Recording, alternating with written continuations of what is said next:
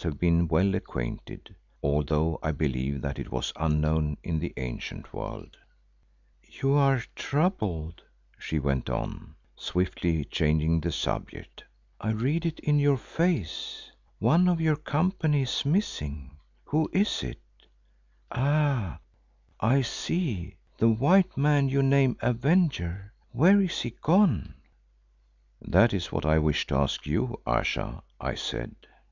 "How can I tell you, Allan, who in this place lack any glass into which to look for things that pass afar? Still, let me try," and pressing her hands to her forehead, she remained silent for perhaps a minute, then spoke slowly.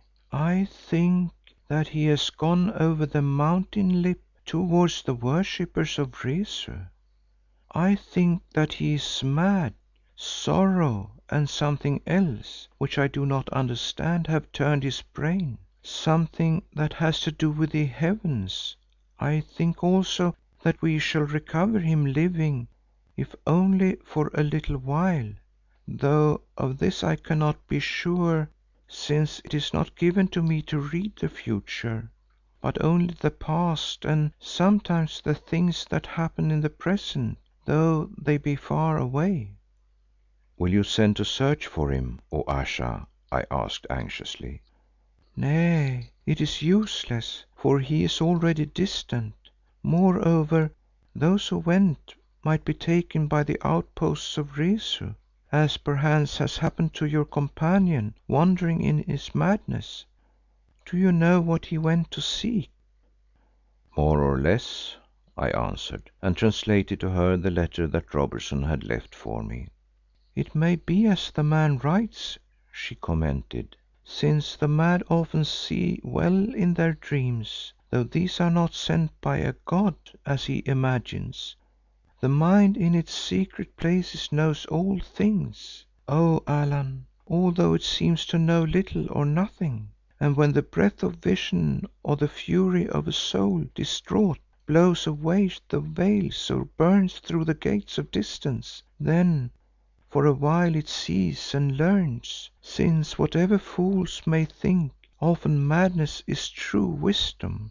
Now follow me with the little yellow man and the warrior of the axe. Stay, let me look upon that axe." I interpreted her wish to Umslopogaas, who held it out to her but refused to loose it from his wrist, to which it was attached by the leathern thong. "Does the Black One think that I shall cut him down with his own weapon, I who am so weak and gentle?" she asked, laughing.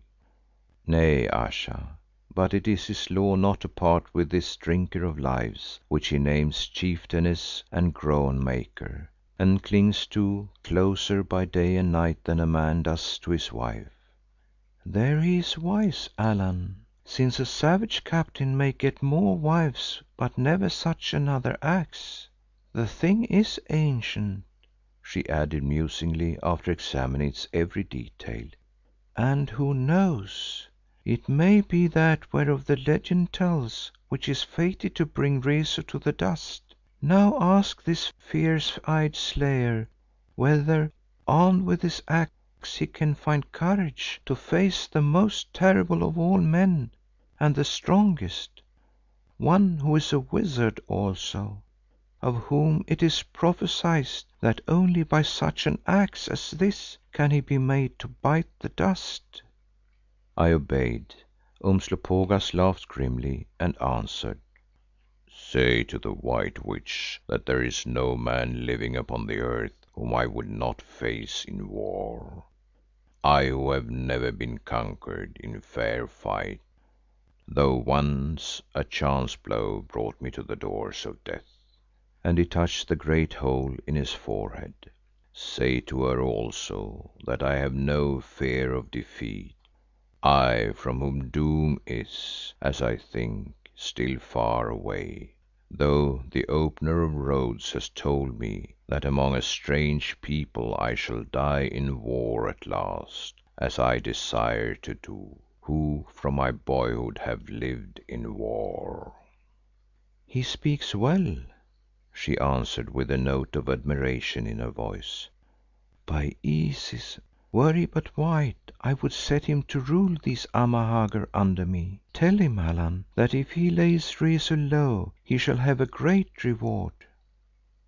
"And tell the White Witch, Macumazahn," Umslopogaas replied when I had translated, "that I seek no reward, save glory only, and with it the sight of one who is lost to me, but with whom my heart still dwells, if indeed this witch has strength to break the wall of blackness that is built between me and her who is gone down." "Strange," reflected Ayesha when she understood, "that this grim destroyer should yet be bound by the silken bonds of love and yearn for one whom the grave has taken. Learn from it, Allan, that all humanity is cast in the same mould, since my longings and your longings are his also. Though the three of us be far apart as are the sun and the moon and the earth, and as different in every other quality, yet it is true that sun and moon and earth are born of the same black womb of chaos. Therefore in the beginning they were identical, as doubtless they will be in the end, when their journeyings done, they rush together to light space with a flame at which the mocking gods that made them may warm their hands. Well, so it is with men, Allan, whose soul stuff is drawn from the gulf of spirit by Nature's hand, and cast upon the cold air of this death-driven world, freezes into a million shapes each different to the other, and yet, be sure, the same. Now talk no more, but follow me. Slave," this was addressed to Billali, "bid the guards lead me on to the camp of the servants of Lulala." So we went through the silent ruins. Ayesha walked, or rather glided, a pace or two ahead. Then came Umslopogaas and I side by side, while at our heels followed Hans, very close at our heels, since he did not wish to be out of reach of the virtue of the Great Medicine and incidentally of the protection of axe and rifle.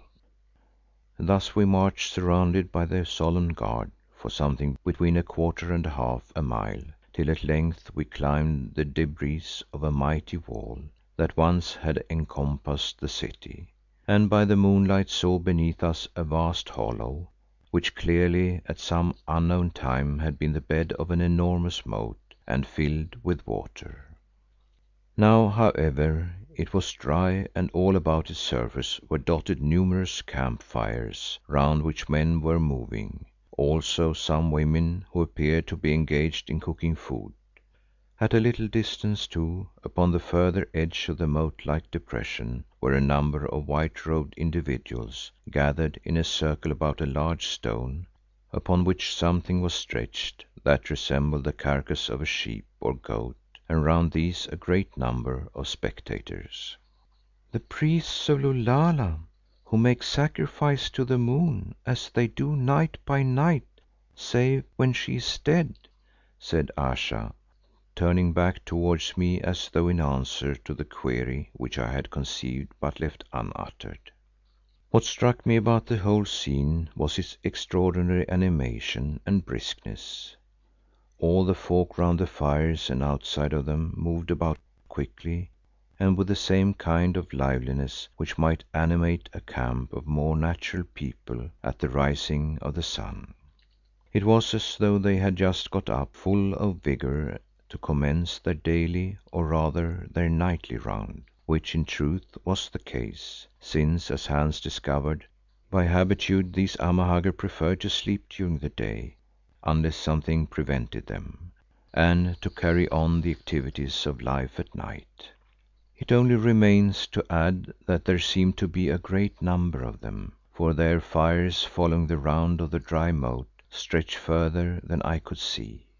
Scrambling down the crumpled wall by a zigzag pathway, we came upon the outposts of the army beneath us, who challenged, then seeing with whom they had to do, fell flat upon their faces, leaving their great spears, which had iron spikes on their shafts like those of the